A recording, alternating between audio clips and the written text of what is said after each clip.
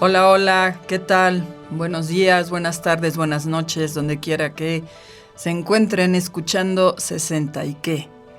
Me da mucho gusto que estén de nuevo brindándonos su compañía y su escucha para un episodio más de este podcast que tiene como finalidad recuperar memoria. Tiene como finalidad dignificar la vida de los ancianos, de los adultos mayores. Tiene como finalidad apreciar memorias, escuchar a personas de todas las edades. Han pasado ya por aquí en los ya varios episodios que llevamos, personas jóvenes, personas maduras, personas mayores, y eso creo que nos da una enorme riqueza como posibilidad de podcast. Cosas por aprender nos faltan muchísimas, cosas por mejorar también.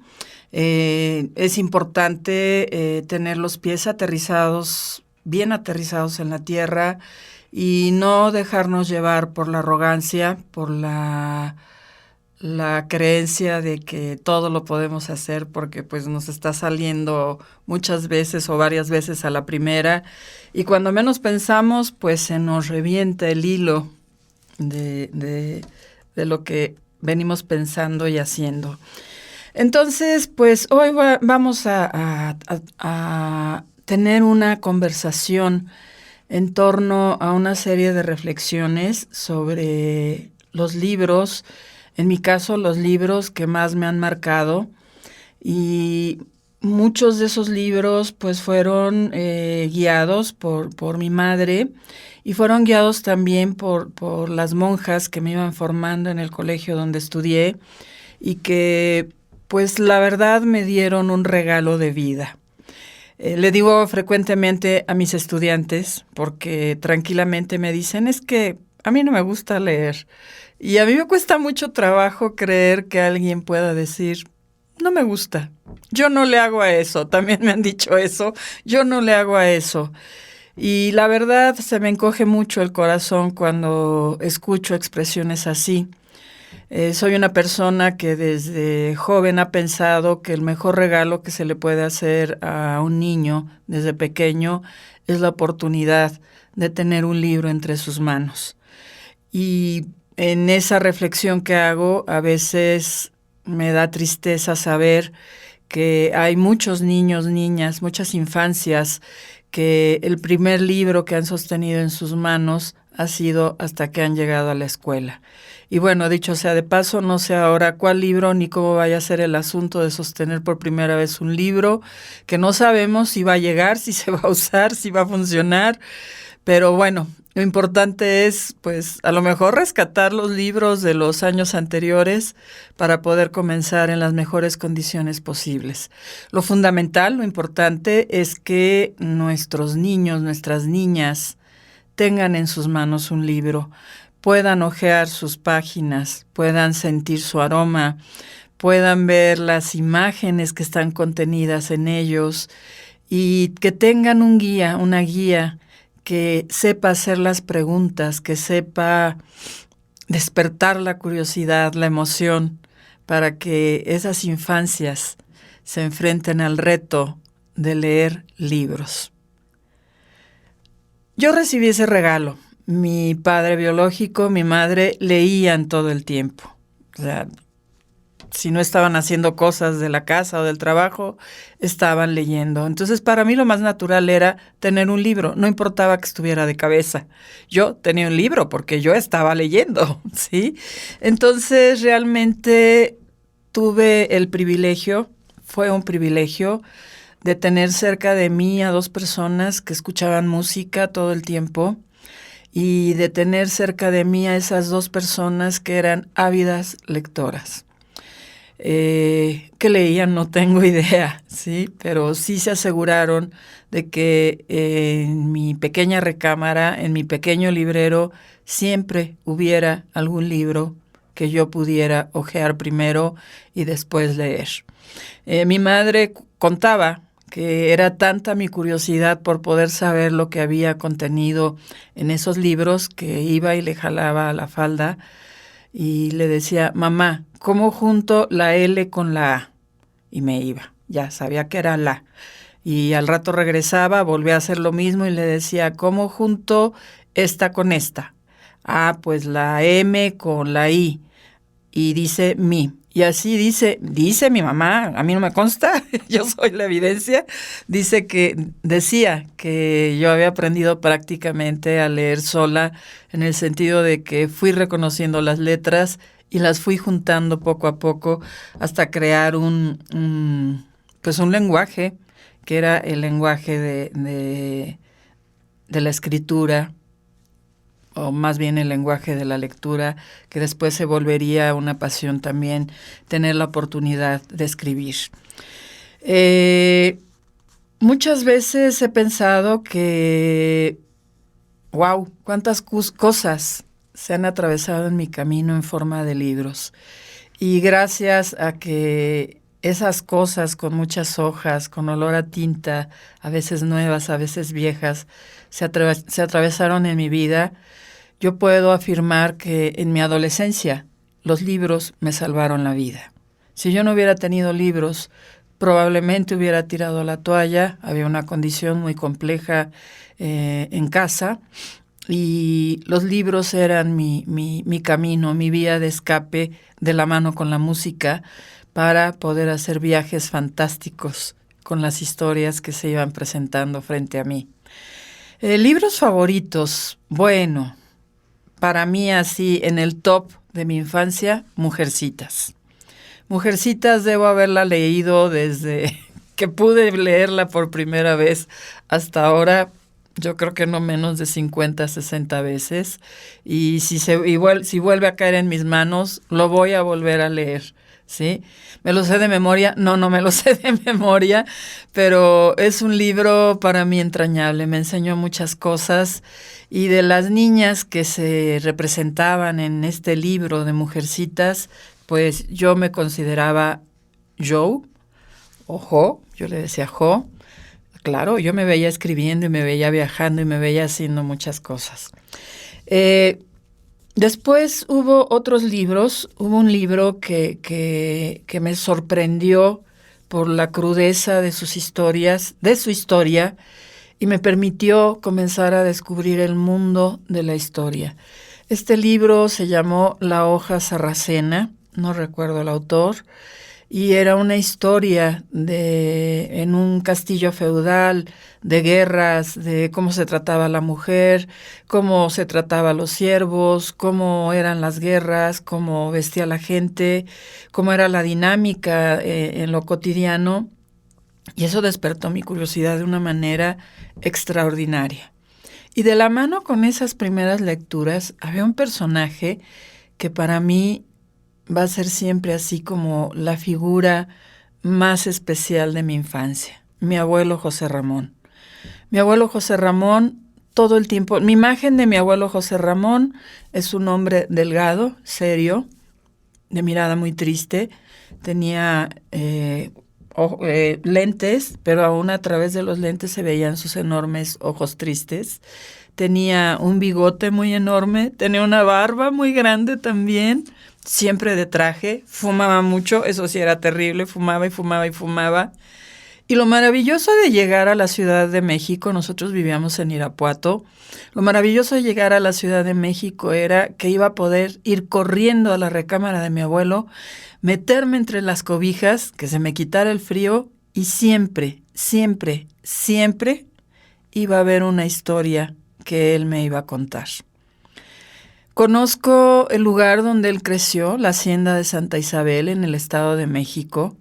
La conozco al derecho y al revés. Y eso es gracias a todo lo que me contaba mi abuelo, a las fotos borrosas, blanco y negro, que tenían todas y cada una también una historia que contar. Las anécdotas que él me hacía de esa hacienda de Santa Isabel, su amada hacienda de Santa Isabel. de cómo era el patio, de cómo eran las habitaciones, de cómo era mi bisabuela María, cómo era mi bisabuelo José Manuel. Por ahí tengo un pequeño folleto donde habla de cómo se iniciaban las vacaciones de verano en la ciudad de Toluca, que era donde vivían en tiempos de escuela, y cómo se hacía el viaje en una especie de diligencia hasta la hacienda. Era un viaje que duraba un día completo. Y entre las cosas que pude leer y que él completó en mi imaginario es que la familia debía subir muy temprano a la diligencia. Deberían de estar listos los caballos, y la emoción que sentía mi abuelo cuando oía los cueros y los caballos y el ruido y los relinchos. Y entonces todos los hermanos subían a este carruaje, subía mi abuela María, y la única persona autorizada a conducir ese carruaje era mi abuelo José Manuel, porque llevaba lo más preciado para él en esa época. Y contaba también que iban pues a lo largo de los caminos que tenían que recorrer, y que siempre había un grupo de caballerangos, no sé si sea el nombre, pero que iban adelante del carruaje y que iban avisando en los pueblos que ya venía el patrón. Entonces salía un jinete con su caballo a toda velocidad, con una canasta con comida, y el carruaje nunca se detenía. Pasaban la canasta al carruaje por una de las ventanas, y pues ahí estaban los alimentos que iba a ir consumiendo la familia mientras duraba el viaje. Cuando llegaban a la parte alta, antes de bajar a la hacienda, se detenía el carruaje. Y los hermanos mayores, mi abuelo no, era el más chiquito, los hermanos mayores ya eran esperados por caballerangos para entregarles caballos para que pudieran bajar y llegar a la hacienda a caballo.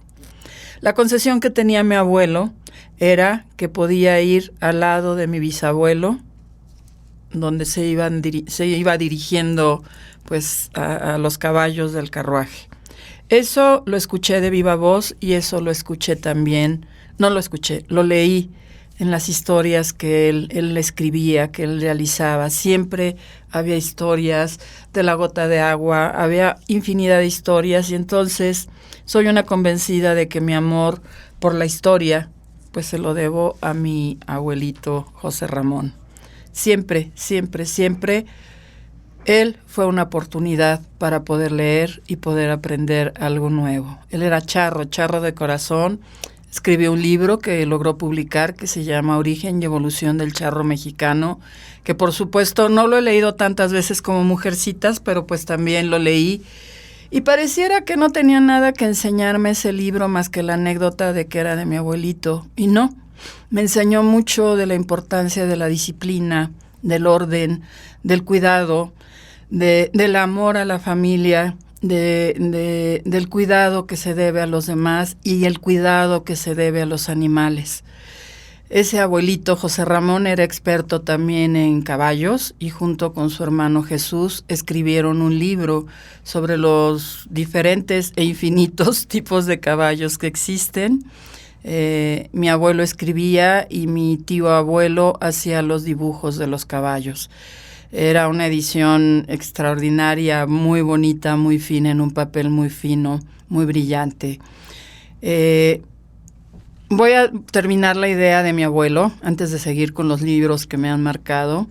Un día en el Sanborns de la Avenida Vallarta, aquí en Guadalajara, esperando a una persona, pues yo me entretenía, pues justo revisando a ver qué libros había, porque luego de repente me encontraba cosas muy buenas en los mostradores del Sanborns. Y caminando veo una imagen y sigo caminando. Me detengo, me regreso a ver la imagen, y era un dibujo de mi abuelo José Ramón. Y yo dije, ¿por qué hay un por qué hay un dibujo de mi abuelo José Ramón en la portada de un libro, una edición de lujo de Miguel Ángel Porrúa? Me regresé y entonces me encontré con un título que decía Historias y Tradiciones de Toluca, por José Ramón Ballesteros Sánchez. era mi abuelo. Y nadie en la familia tenía idea de que se había publicado esta edición. Abrí el libro y bueno, casi me puedo tirar al suelo de ahí del Sanborns. La gente me veía así como extrañada porque yo estaba sumamente emocionada y lo primero que me encuentro es su amado Nevado de Toluca, su Citraltépetl, una foto que iba de lado a lado del libro. Doy la vuelta a la hoja y me encuentro a ese caballero maravilloso con su traje de charro completo en la entrada, en la presentación. Y cuando doy la vuelta a la siguiente hoja, me encuentro su hermosísima letra de piquitos antigua. Era el manuscrito. Lo que hicieron fue realizar un facsímil donde de un lado estaba el texto que había escrito mi abuelo y del otro estaba pues la traducción, de alguna manera la traducción de lo que contaba esa letra tan hermosa, tan amada de mi abuelo. Y así fui dando vueltas y no, Dios mío, me encontraba los dibujos, que yo tenía dibujos de esos que estaban en el libro, que muchas veces los encontraba en la mesa del comedor de mis abuelos. Entonces, yo creo que me sirvió para hacer una reafirmación de por qué es tan importante tener una historia, por qué es tan importante leer y poder construir historias, porque es tan importante conocer a nuestros abuelos, a nuestros ancestros. Ahorita estoy hablando y me tiembla la voz porque esa emoción de haberme encontrado con este libro jamás la voy a volver a sentir, dudo volverla a sentir. Fue el regalo más maravilloso para mí en una época de mi vida que era muy oscura, muy compleja. Habían pasado demasiadas cosas. Y de verdad que por ahí hay alguien que dice, busca tus señales. Y encontrarme ese libro fue una señal. Fue cargar pila, fue recuperar como un poco la fe, las ganas de seguir viviendo, de seguir luchando. Y bueno, llegué a la medianoche a casa con mi mamá, la levanté por supuesto y le dije, mira lo que traigo aquí. Déjenme decirles que me gasté lo de la renta, pero compré el libro de mi abuelo y bendito Dios, conseguí el dinero de la renta. Pero yo dije, ¿renta o libro del abuelo? Pues creo que bien valía la pena el libro del abuelo. Entonces, pues eso yo creo que les da una idea del enorme amor que le tengo a los libros. He crecido rodeada de libros. Ha sido un problema viajar, cambiar de casa varias veces por los libros, porque bueno, salen cajas. Hemos depurado muchas veces y siempre hay un punto donde no, este libro no. Por ejemplo, me acuerdo que por ahí en una caja en este momento leí un libro que se llamaba La Abadía y ahí cuenta la historia de la abadesa y de una de las monjas y las descripciones de este lugar eran verdaderamente maravillosas. Fueron de mis lecturas de temprana edad. Entonces, por eso seguramente no me acuerdo del título del libro. Después, ¿qué más? Después de La hoja sarracena vino este libro de la abadía. Después, por supuesto, no me encantó, pero todo el mundo te pedía que lo leyeras. Leí Los cuentos de la Alhambra, que es todo un clásico. Hace poco vi un documental sobre los cuentos de la Alhambra. Y por alguna razón en casa había 3 o 4 ediciones de este libro. Leí un libro de una mujer que era toda una valiente y una guerrera que se llamaba Fantasy, que era claro que era de un autor norteamericano. Un descubrimiento en mi vida fue Pearl S. Book.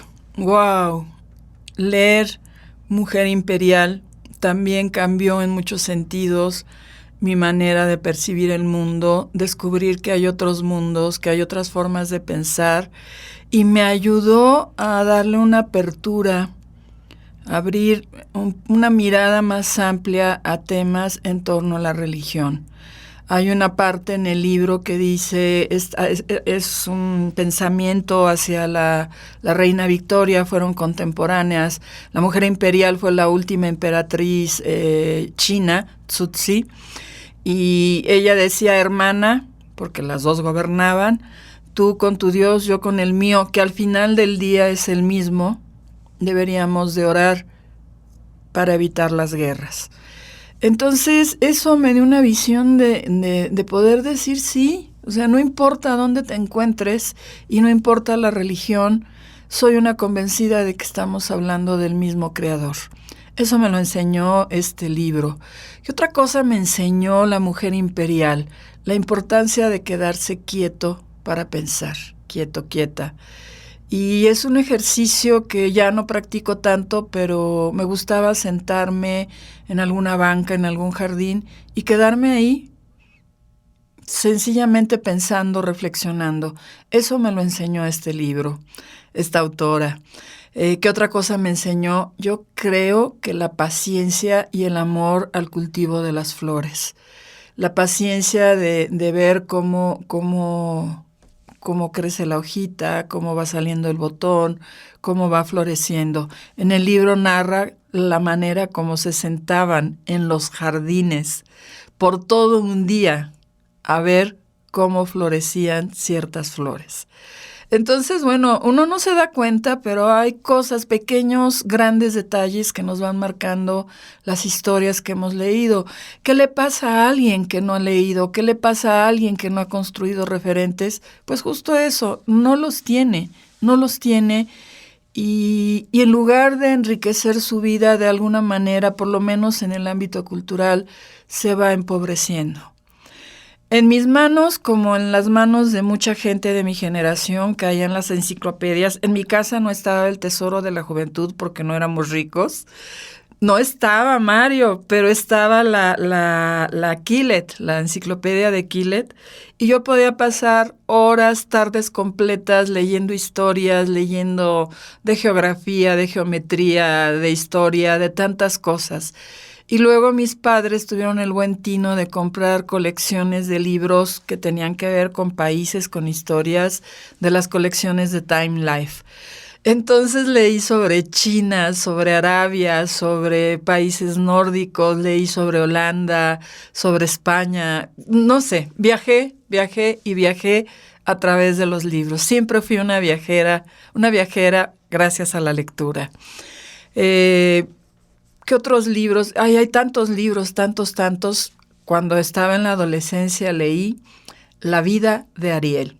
Y era la vida de Percy Bysshe Shelley, poeta.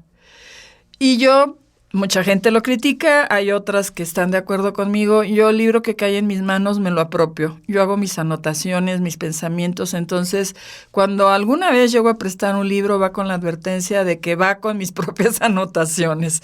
Y hay quien dice, no, es que un libro no se toca. Tuve un profesor, afortunadamente, un sacerdote, que llegaba con su libro de lógica hecho pedazos, era una baraja su libro, y decía, a ver, changuitas, mi libro es para usarse, no es para tenerlo así bonito como lo tienen ustedes, todo forrado y precioso y sin maltratarse. Los libros son para usarse y no me importa traerlo como baraja porque eso da cuenta de que yo estoy usando mi libro. Y pues yo decidí hacerle caso al padre Jorge y tomar nota. Entonces subrayo mucho, tomo muchas notas, hago referencias a otras lecturas. Entonces, pues sí, cuando compro un libro me lo apropio, lo hago mío completamente. Y bueno, muchas lecturas han pasado por mis manos, cosas que me han sorprendido, cosas que me han conmovido. Recuerdo haciendo ya la maestría, en arquitectura, encontrarme con Christopher Alexander, arquitecto que murió hace poco, encontrarme su lenguaje de patrones y encontrarme una maravilla que se llama El modo intemporal de construir, publicado por Gustavo Gili.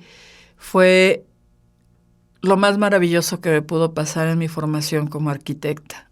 Una visión tan humanista, tan llena de detalles, de observaciones, que sigue siendo un libro de referencia para mí.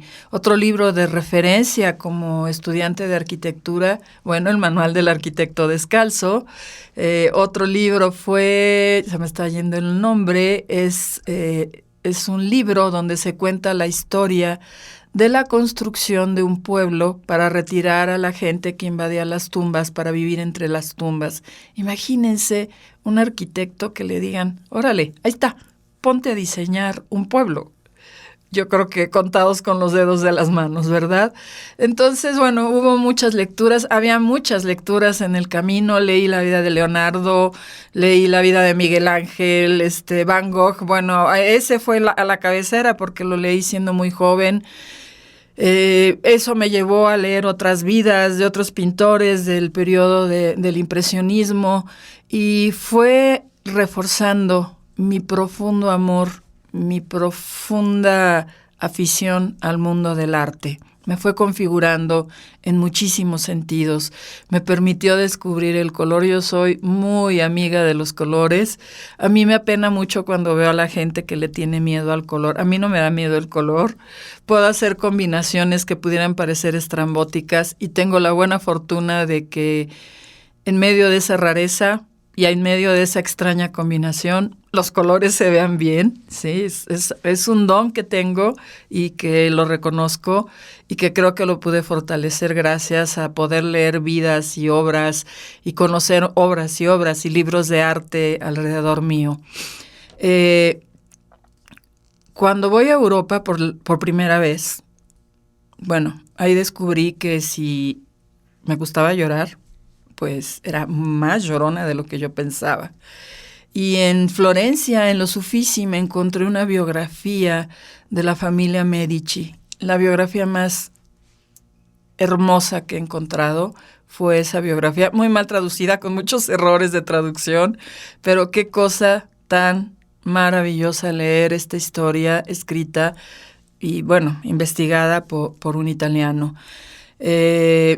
Leía y leía libros que tenían que ver con los edificios que íbamos visitando y lloraba mucho. Yo lloro, emoción me da este famoso síndrome de Stendhal, donde me conmuevo tanto, pero déjenme decirles que me puede conmover un edificio, me puede conmover una pintura, me puede conmover una escultura, me puede conmover la música. Entonces es un problema porque pues sí he llorado mucho y es un llanto que no me apena porque me permite darme cuenta de que conservo mi capacidad de asombro y es algo por lo que he luchado toda mi vida, aún en los momentos más oscuros. Mi apuesta ha estado en no perderme y no me pierdo desde el arte, no me pierdo desde el color, no me pierdo desde la magnificencia de lo que ha sido capaz de hacer la mano humana. Admiro profundamente todos estos libros publicados en torno a la prehistoria, los bisontes, los caballos, los peces, todo esto que está representado sobre muros de cuevas, sobre piedras. Amo profundamente, mi más favorita, mi más consentida, mi más amada pieza escultórica, la Venus de Willendorf. Si ustedes abren la palma de su mano, en la palma de su mano cabe esta Venus de Willendorf, que vive en Alemania. Y todo eso, antes de poderlo razonar, lo fui encontrando en los libros. Entonces, pues yo decirles, los libros en verdad son mi salvavidas, mi refugio, mis alegrías, mis tristezas, todos los sentimientos que ustedes se puedan imaginar. Libros que me han impactado por su crudeza.